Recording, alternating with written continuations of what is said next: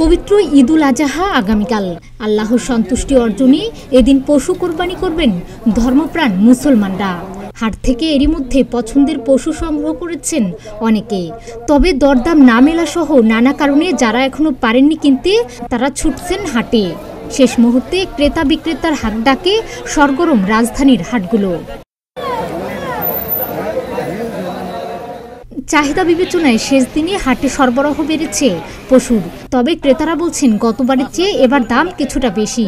পশু কিনে বাড়ি ফিরতে পারবেন কিনা সেই উদ্বেগ আছে তাদের মধ্যে। বাজার মোটামুটি বেশি, আমি একবার আসছি তো তখন দামাদামি করি না আর কি, এমনি বাজার বেশি লাগবে। চিন্তার ভাঁজ পড়েছে বিক্রেতাদের কপালেও।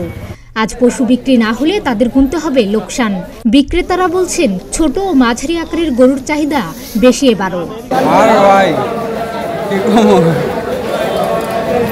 40,000 দাম হয়েছিল, এখন বলতেছে 1 লাখ টাকা। 41 দাম বলছিল, এখন 1 লাখ টাকা বলছে। কত হলে বিক্রি করবেন? এখন 30 হলে বিক্রি করে দেবো। কেমন মনে হচ্ছে আজকে কি দাম অনেক কম? অনেক কম, অনেকটাই কম দাম। 6 মণ হবে। 12 মণের উপরে আছে।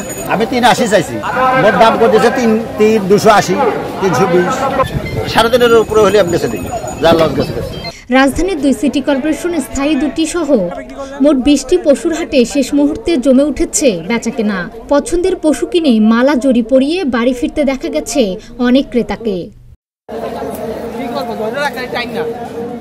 ডেস্ক রিপোর্ট, প্রতিদিনের বাংলাদেশ।